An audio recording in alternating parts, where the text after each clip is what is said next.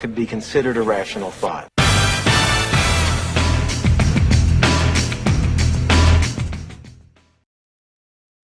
Yeah, normally that gets a chuckle out of people, rational thoughts and all that. But I got some great rational thoughts today with our guest.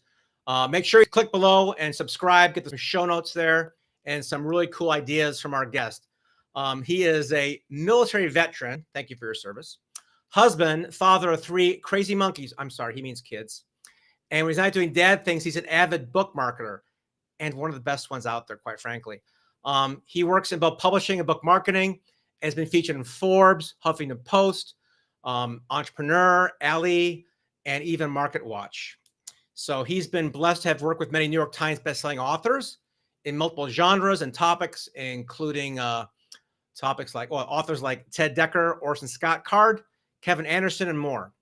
He's been a paid consultant to major publishing companies, helping with digital sales, advertisement methods, and sales optimization. Welcome to our show, Dave Chesson. Dave, how are you today? No, I'm not too bad. Thanks for having me. Do you still use the picture of you with the sunglasses and the baby from? I think they stole that and used it in Hangover, right? Yeah, pretty much, right? Yeah, I still have it. Matter of fact, I think when my little guy gets a little bit older, we'll do a recreation of it, except that, he'll be a lot bigger and I'll be like, yeah, just holding on for dear life. But yeah, and that was actually a real fun picture. We got that taken in the jungles of Sri Lanka. We're about to get on an elephant to ride through the jungle. Wow. Yeah, and my wife looks over at me and she goes, and by the way, it's a bareback on an elephant. Oh right? My gosh, yeah. And she looks over at me and she says, she's like, how are you going to ride on an elephant with our son like that? And I said, well, like this. And so I posed and my older daughter snapped a picture. But I'm not gonna lie, I got on that elephant, and like most cases as a man, I got up there and was like, oh my goodness, my wife was right. This is really stupid. So I held on for dear life and just rolled You through. You didn't say that out loud, did you? No.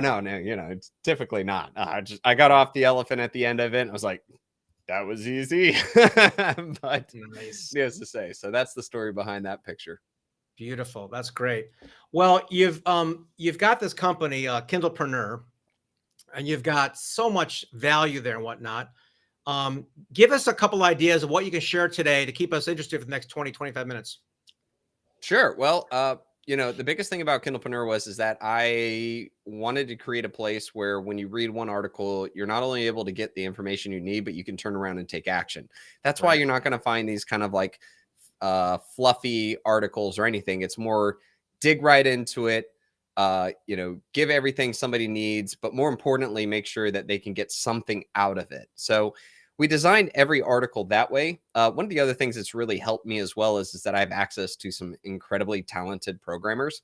And so we've created a lot of free tools throughout. And that can be from the Kindle Calculator, which translates the ABSR, the Amazon bestseller rank of a book, and actually tells you roughly how many books that day the book sold. So you can always check to see how much money other books are making. We created a book description generator. Okay. And I'm sorry, slow down that first one. I've had some people ask about that. They're asking, how do I know, how well a book is doing? And think about this, folks.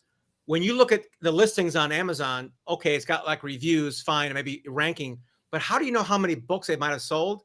Dave's software has a brilliant algorithm that estimates that pretty accurately. Is that right? Yeah, we keep it up to date with other publishing companies and the data that's out there. This is really cool because you can use it to see if an idea is selling well or not. So maybe there's a type of book that you want to write. Instead of just writing it and hoping for the best, you can go to Amazon and actually look at the other books that cover that topic and see how much money they're making. Another thing that really helps too is that when you're listening to people or you're hearing them talk about how successful they are, well, you can now go to Amazon and actually check to see how successful, beyond whether or not they're a best-selling author or something like that. You can see how much money that day they made from that book. And so that's a really fun tool that people can use for varying different ways. You can even use it to help you to figure out how many books that day you would need to sell in order to be the new #1 bestseller for a particular category. So that's the Kindle Calculator. The other one that we created was the book description generator. And a lot of authors don't know this, but you can actually you can do some HTML in order to make your book description look better. You can make certain words bigger, bold, you can do bulleted, you can do paragraphs that are spaced, paragraphs that are right next to each other, and a whole bunch of other things. But the problem is most authors are not programmers. We don't know HTML. Some do, but most don't. And so what we did was we created what we call WYSIWYG, which stands for what you see is what you get. You write in your book description, you highlight what you want, you click the button to make it look exactly the way you want it. And what's really cool is that what you see inside the tool is exactly how it will look on Amazon. And when you like it and you think it's great, you click a little button, get the code, and just copy and paste right into KDP, and you're good to go. I gotta tell you, when people look at a book description, it's such a huge difference to see bold, bold and bullet points and paragraphs. It actually makes it more readable. Have you taken a look like at a heat map of what people do when they look at a book before they buy it in terms of reviews and description, all that stuff? Actually, it's funny you ask. I just got back speaking at NINC, and we paid a company to do this external heat map. Now, see, here's the thing about heat maps, right? If you own the website, it's very easy to get a heat map. So we don't own Amazon. And what we did was we actually had a company bring a whole bunch of people in, and there was a special computer that had a camera on it that monitored exactly where the pupil was looking on the screen and where their mouse was and where they interacted. And it developed these heat maps so that we could see what people did when they went to an Amazon sales page. And specifically for the book description, we found that the hook, the first sentence or two that you put at the top, it needs to be a hook. It needs to be something that catches their attention and makes them read. Now, there's two things about this. The first is designing your hook, designing that first sentence or two to be bold and as large as possible. The reason for this is that if you look at your Amazon sales page, you'll notice there's a lot of stuff above it and a lot of stuff below it, and it sandwiches it. And if you just make it normal font, people are just not going to see it unless they're actively looking for your book description. So this is important to make it stand out. The second part to it is making sure that it catches them, it hooks them, and they want to read more because you have to click to see more. And so we found that when an author spends adequate amount of time developing a hook and making it bigger, there was a 78% chance that, or 78% better chance that they would click to read even further. But when somebody didn't do that, it was a very low chance that anybody would go on to read the book description from that point on. So highly recommend doing that. And yeah, we did do a heat map for it. And designing those book descriptions are so easy thanks to the free tool. And we don't even collect email for it. So anybody can go there, use it as much as they want, be good to go. That's like that whole guy that came out the other day. I read about, he's trying to eliminate all passwords, right? Here we are. Dave is giving away these amazing tools. Like, we'll just build some reputation out of no opt-in. That's great for that tool. But where do you, what's your business model then? What are you selling? Well, in truth, what we have at Kindlepreneur is we have some affiliate links from time to time when we talk about certain products. I've also built other software as well that are paid products. One of the biggest ones is Publisher Rocket. Basically, it's like book marketing software to the max. It helps you to find the right keywords by telling you what phrases people search, as well as how many people search it per month. It tells you how much money those keywords are making, and a whole bunch more.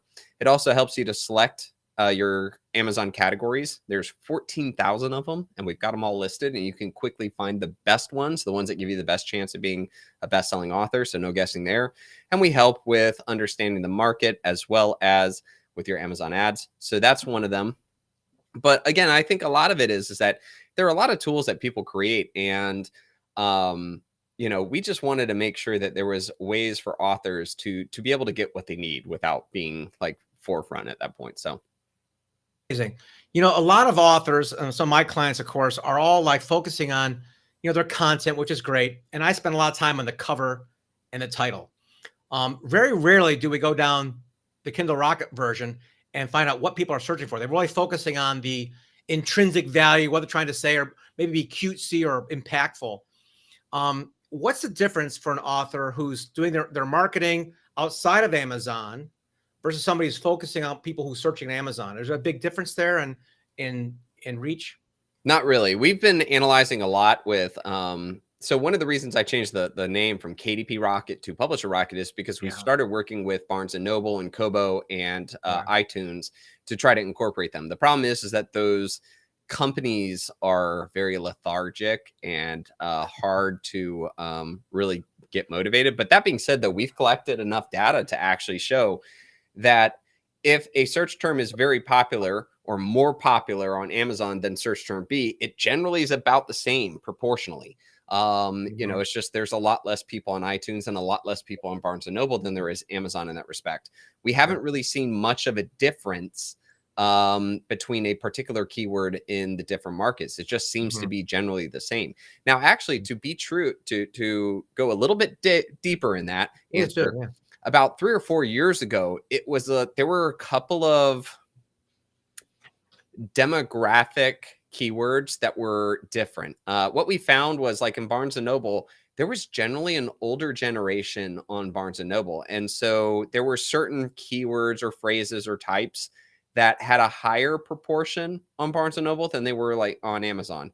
This was things like how to crochet or, you know, going back to school when you're retired. Like some of those phrases actually had a higher portion. So we believe that that was probably because of the older demographic. But now, though, we think it's evened out and we think that it's just pretty much proportional. Yeah. How to buy a walker, where to get the best price on Metamucil, things like that. I get it. It's fine. Okay. Or something.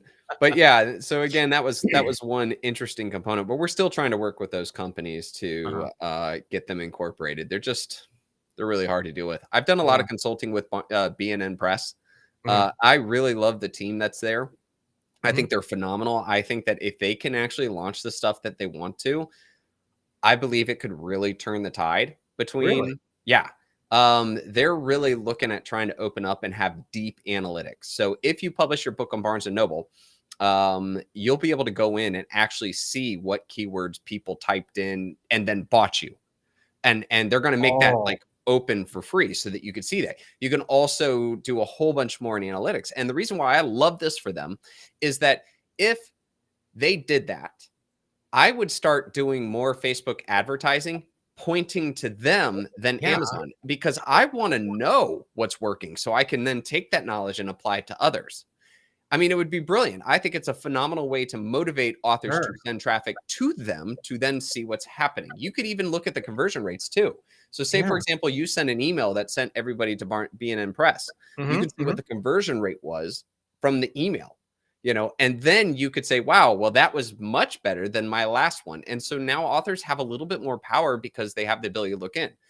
Now, before everybody gets super excited about this, the problem is, and this is pretty much the thing across all of these major markets, is that while the B&N Press team is phenomenal and they're great, they're kind of treated like the stepchild in a very bad relationship. And this is just kind of my feeling from what I've heard up the chain, but they don't have the power to make those changes. And so they're fighting a huge bureaucratic war, and I don't really think they're winning. So you mean a war between Barnes and Noble corporate and the press, right? Right. Well, no, Barnes and Noble, everything, because there's so many, because Barnes and Noble is just bought by a company in Europe.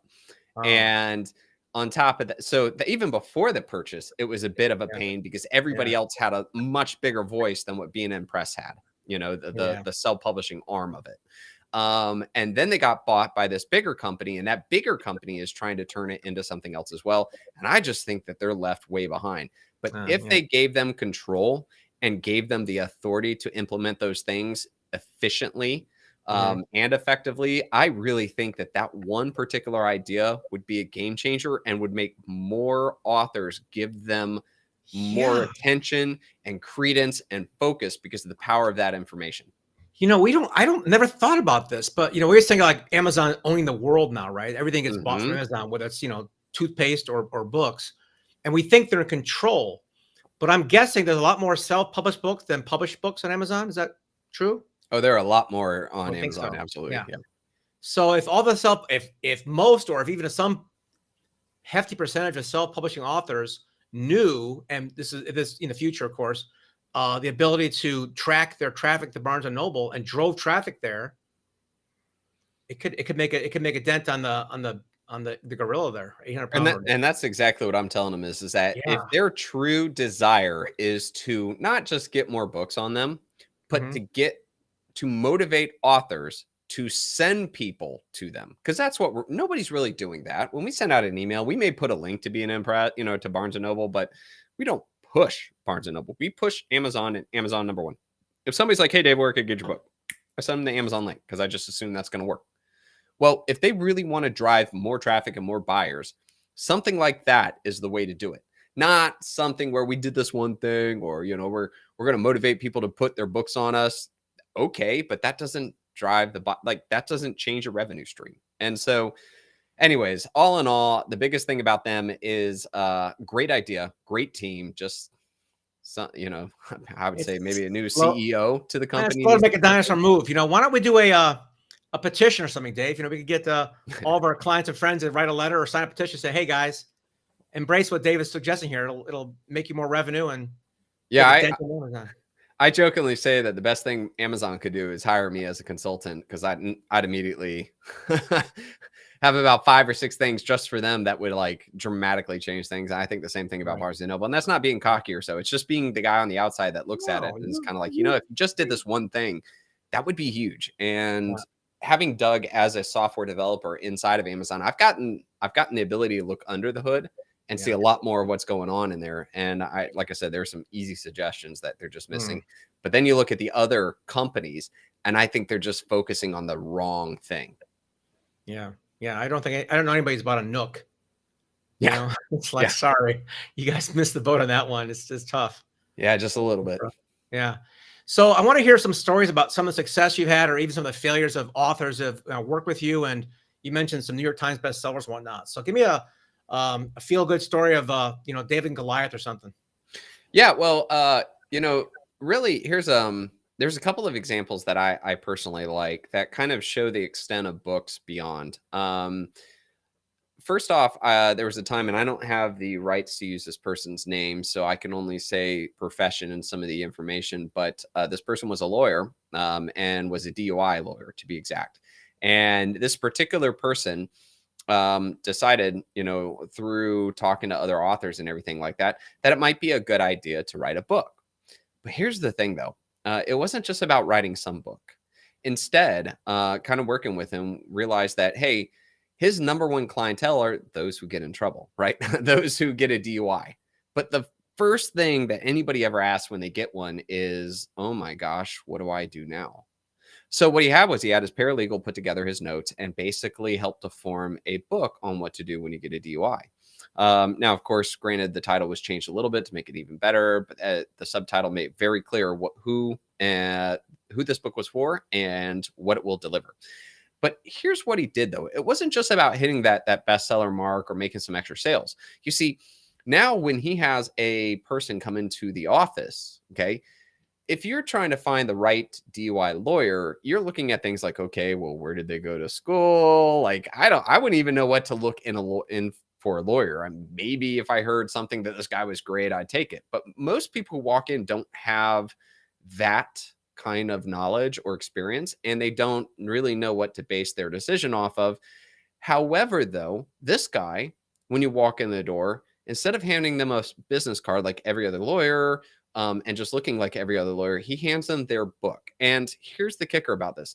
The book, first off, you're not going to throw that in the trash, right? It's so hard to throw a book in the trash. And second off, it is providing a lot of value.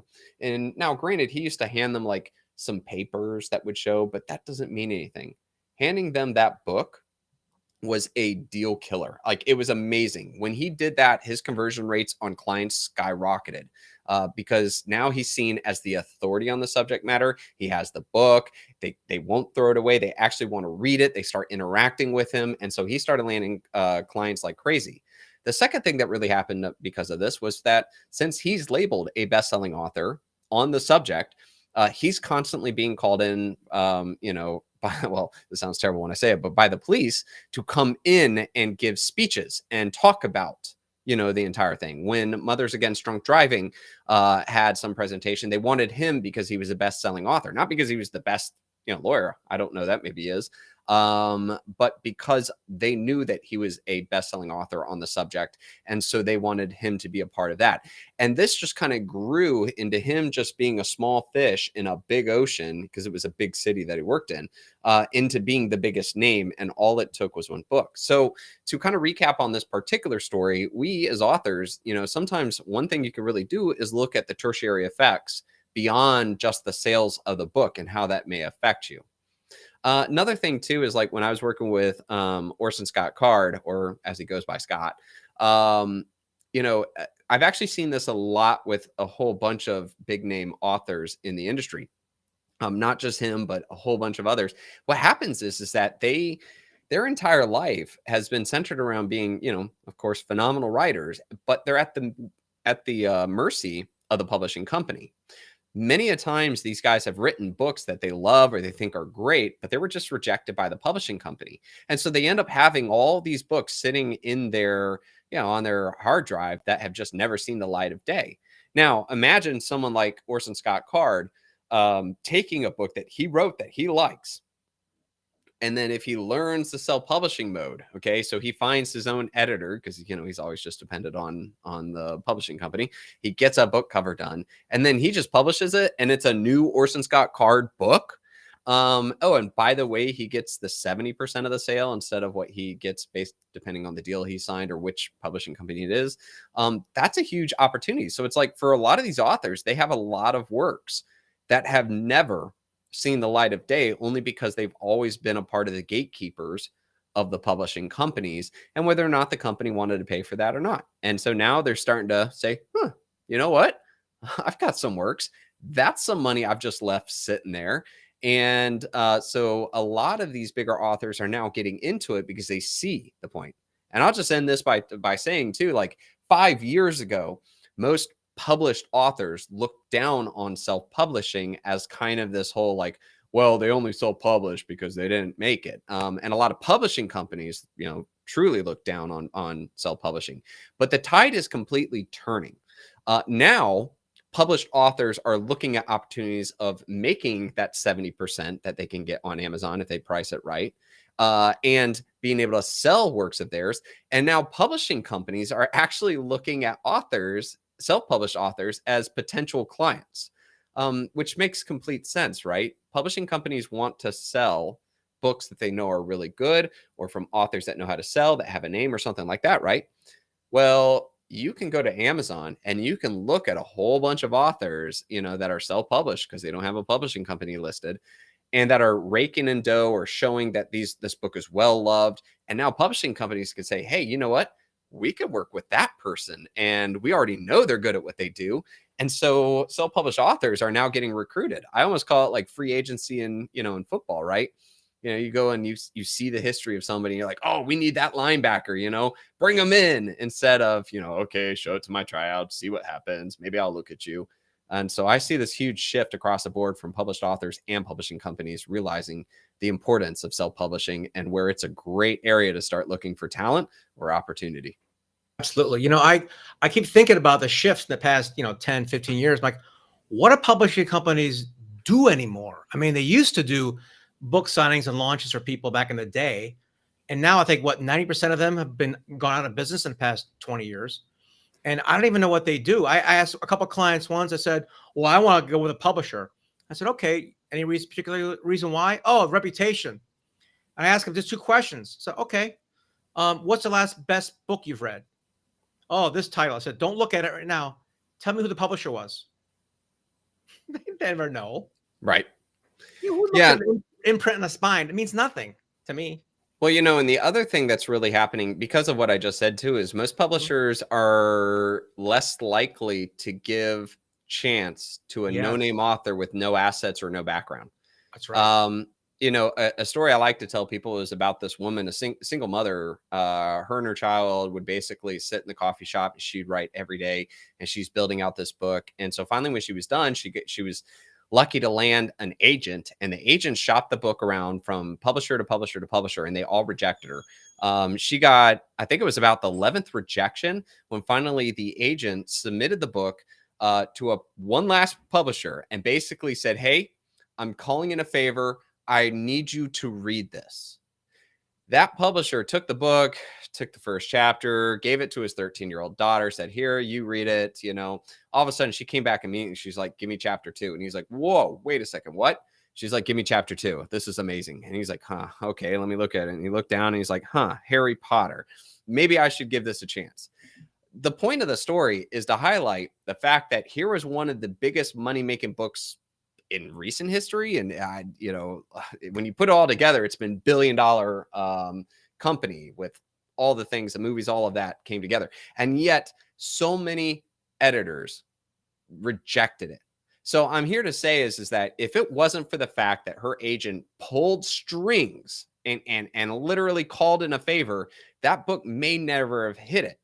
That was back in the day when authors really had to rely on just publishers and they didn't have an opportunity to do it themselves. Nowadays, publishing companies want to see that this author has an email list, that they clearly have books, that the books have made sales, that there are great reviews. So it's not, shoddy work. And they're using that to gauge their decision more so than before. I was just talking to a New York Times bestselling author actually last night at a dinner party. And because of the quote, I won't say his name, but we were talking about publishing companies. We were just talking about this and we're sort of laughing about it because it was, it's like they just don't accept. And I was like, he was listing off the things that I just said. And I literally jumped on, was like, and email. And he goes, oh, good Lord. Yes, email. Like that is a dollar sign to him. So whether or not you want to jump into publishing or not, you do understand you will have to learn book marketing and it's going to benefit you, even if you want to end up going into in the published world. Yeah. I interviewed a guy at Podcast Movement who got a publishing deal. And he took his advance was pretty hefty. I guess he had a good list, right? But he had to take his entire advance plus some money and he invested 6 figures in his marketing to launch his own book for a publishing company that owned the rights to his book. And he got the, single digit, royalty for it. And, it's like, this is kind of interesting. I just don't know the distribution, what can they do that you can't do on your own distribution wise? Bookstores, I guess, but to give published companies kind of like and this is about a mass majority of publishing companies and how they work. Okay. They have a certain number of books that they're going to sign a quarter. That's just it. Right. Let's just say it's 20. Okay. However, though, they may only have the finance or the resources in order to actually legitimately back 2 of those. Okay. So they sign the 20 and the other 18, basically the publishing company is going to be like, all right, we're going to do these things. We're going to put you through the conveyor belt. We're going to have our, book cover designer. We're going to get it formatted. We'll throw it up on the markets. The next thing they say is we expect you to sell 10,000 copies in the next quarter. And all of a sudden the published author is like, oh, okay. I thought you guys were going to do that. And they're like, well, yeah, we're going to do stuff, but we expect you to, though, if this book doesn't hit 10,000 copies or whatever, it's an arbitrary number I'm just making up right now.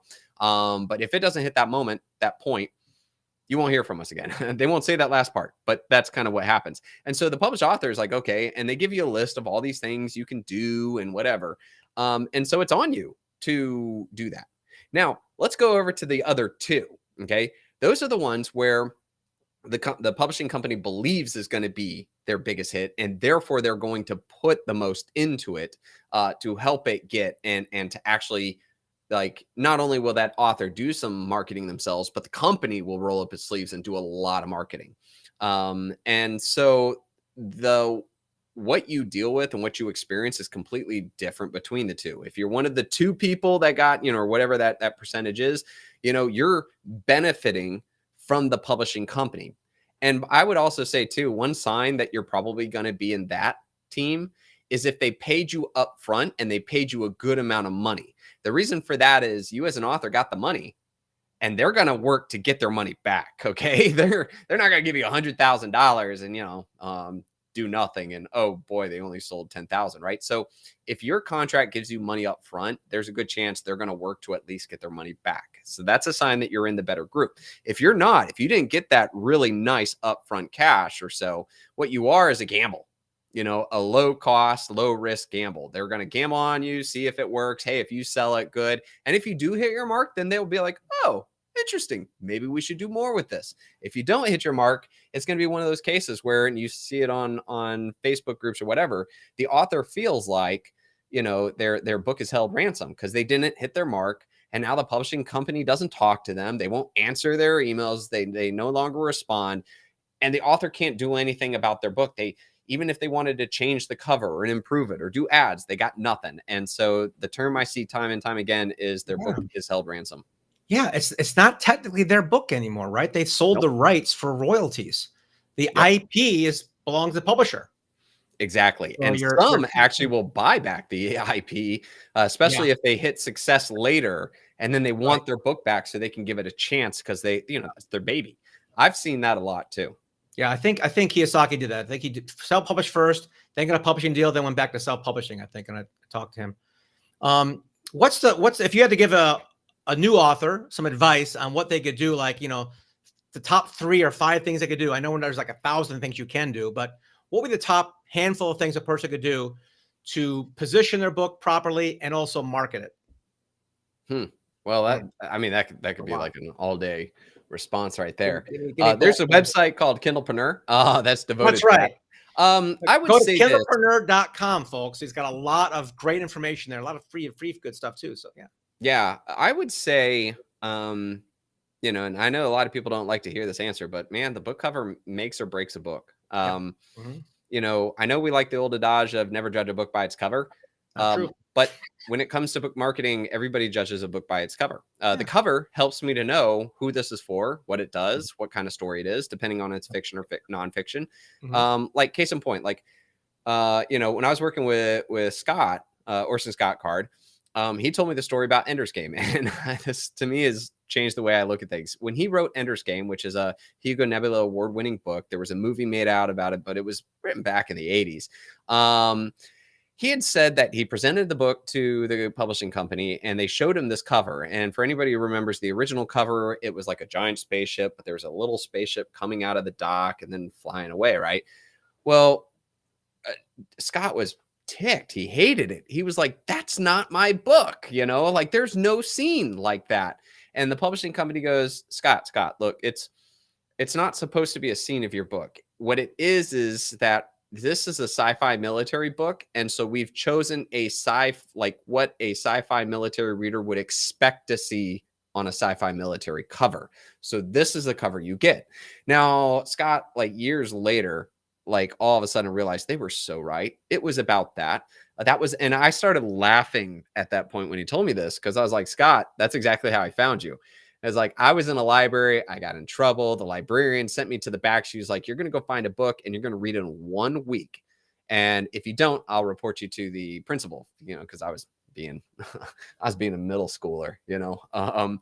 And so I walked back there and I was literally just perusing. I had no idea what I wanted. And I saw on the spine of a book, a spaceship. And I was like, I like Star Wars. I'll give it that a try. Pulled it out. It was like one of my all-time favorite books. And it was just because I looked at the cover. I didn't even read the back. I just saw, this looks like my kind of book. I will go for it. And so I say, from a marketing standpoint, if you confuse, you lose. So if your book, if you get way too cutesy or creative, or you try to, you know, create something so original, like, the market might not understand what you're going for and therefore not know what kind of story you're trying to sell. Or also the market might not know who this is for. Okay. A great example for this in nonfiction is a book that was on going back to school. And all it had was an image of a school. Okay.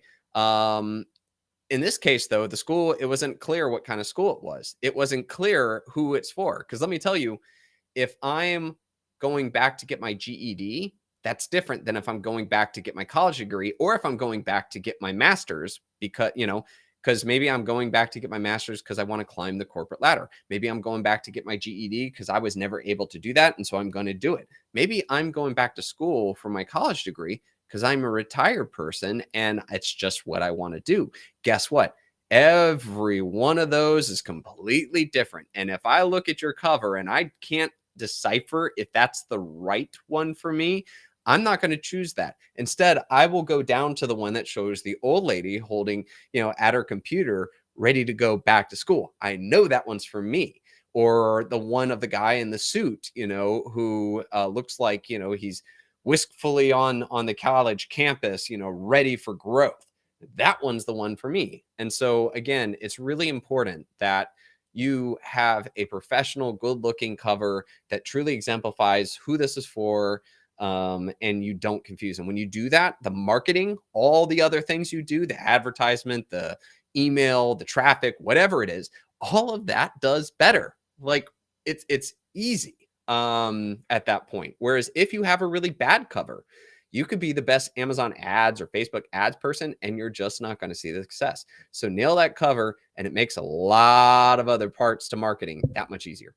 It's great advice. Yeah, putting lipstick on a pig just doesn't work that well. You know, you got to really. And what we do is we actually test it. We'll do focus groups on the cover way before the book is even written, just to find out what's gonna work for people, what they're gonna actually click on. You know, it's vital. Yeah, you know, and that even comes down to even the title as well. The title says so much. What is it? The 4-Hour Work Week, written by Story. Yep. Originally it was like White Sands and Broad Bands was No. It was drug running for fun and profit, right? Yep. Well, he had a couple. He did the whole full-blown A/B test on Google Ads just to see which one. And then all of a sudden, the one he didn't like the most, the 4-Hour Work Week, was the one that won. He was like, okay, that makes a difference. And you know what? I don't think he would have taken off as much or he'd be even close to as famous as he is if it wasn't for actually nailing that. I think the other two sound cute, but they don't actually exemplify what we want, what the solution was. Not what you are. Yeah. And I'm pretty sure he actually had them click to with their credit card on there. So it was a really serious test. It wasn't like, what do you like? Right. Because that's an opinion. But when someone clicks on a credit card, I want to buy this, that is real data. That's really makes a difference, right? Dave, we could go on for a long time. There's so much to cover, but we have to bring our show to a close, unfortunately. I'd love to have you back again sometime, of course, if you'd like. We could talk more about marketing and stuff. Yeah, for sure. And we also have new tools coming out, so keep posted. What can we talk about today on the Kindlepreneur? What do you want to give away? Well, I'll do two quick ones. What do you want? Yeah, go ahead. We have the QR code generator that we just came out, but we're also coming out with an ISBN barcode generator in the next week or two. So we're always coming out with new tools. But the biggest one, though, is the one that I think is really going to change the entire author community. For years, the only way to format your book, the best way to format your book was using Vellum, which only works on Mac. It's also really expensive, and there's a lot of features that they've just never done. Well, in about a week, we'll be launching publicly a software called Atticus.io that is pretty much Vellum, but has a lot more features, better chapter theme templates, and even a chapter designer inside of it. And it's going to be $100 cheaper than Vellum as well. So we're really excited about that. Oh my gosh, we're spending money on Adobe InDesign with people doing things, manually on our books. That's great news. Yeah, and we're going to take it even further because the truth is, it's not just going to be a book formatting software. My goal is to basically make it be a place where you can plan, outline, write, collaborate, and then format all in one. And so I like to describe what we're going to turn this into very soon is if Scrivener, Google Docs, and Vellum got together and had a baby, its name would be Atticus. And it'd be easier to use in Scrivener because Scrivener is beautiful, but I need a big ass screen to get that thing to go. You don't need to pay $200 to buy a course on how to use it. Let's just put it that way. Right. Yeah, give the UI. Dave, thank you so much. Kindlepreneur.com, folks. Go there. He's got some free tools for you. And if you really want to come out with a properly done book, get Publisher Rocket. It's a great tool, and your title will rock. Dave, thanks so much for being on the show today. I appreciate it. Absolutely. And again, thanks for having me. You bet. That concludes the show today. Don't forget to click below and subscribe on either iTunes or our show, whatever. There's some free goodies for you. This is Doug Crow with the Author Brand Show. Have a good one.